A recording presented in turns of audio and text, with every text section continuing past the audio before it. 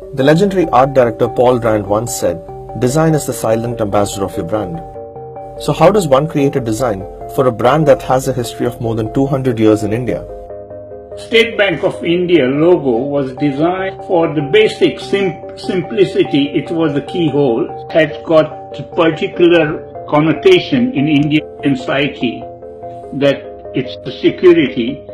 All over India it can be recognized.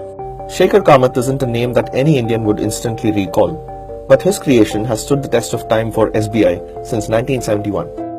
So simple that anyone can draw. And those days they had something like 3,000 branches all over India, and which is a lot for that bank at that time. A lot of the bank branches were in villages. Kamath took inspiration from the bank tokens that would be issued to waiting customers in the old days. And it used to be kept near the counter.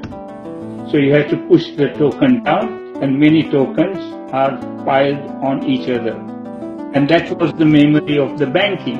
And the color was again chosen a sky color, so they don't have to worry about coloring.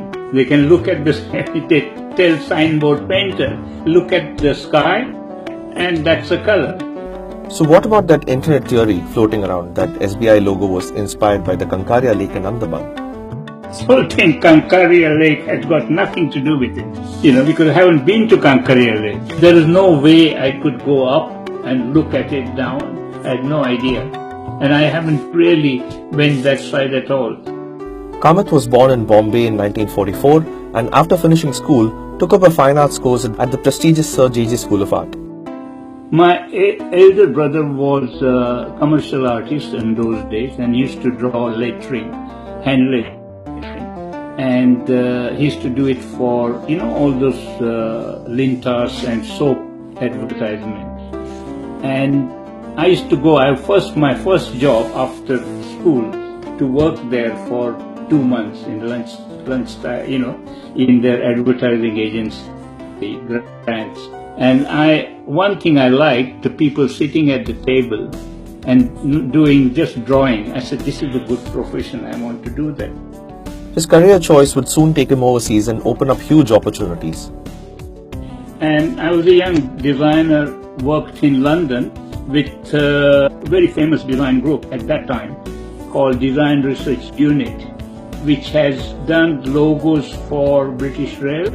Our company had branded the whole Britain. From that discipline, I came to India.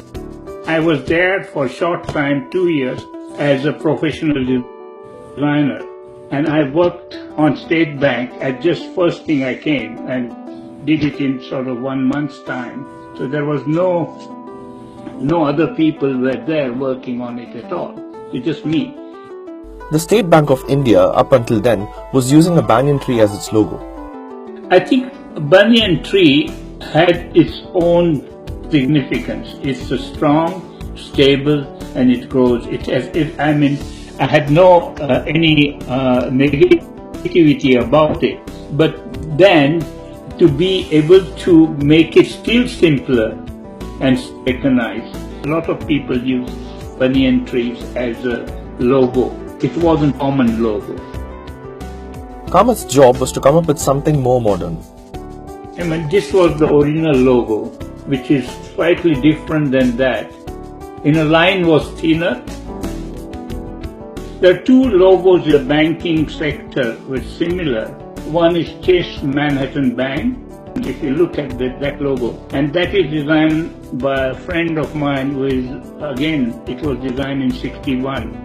Ivan Sharma, American designer, who came to NID long time back after I did my logo. Most of the time, when you're designing logo, you tap in subconscious memory of the person. In fact, the symbols or logo are so important because it bypasses language barriers.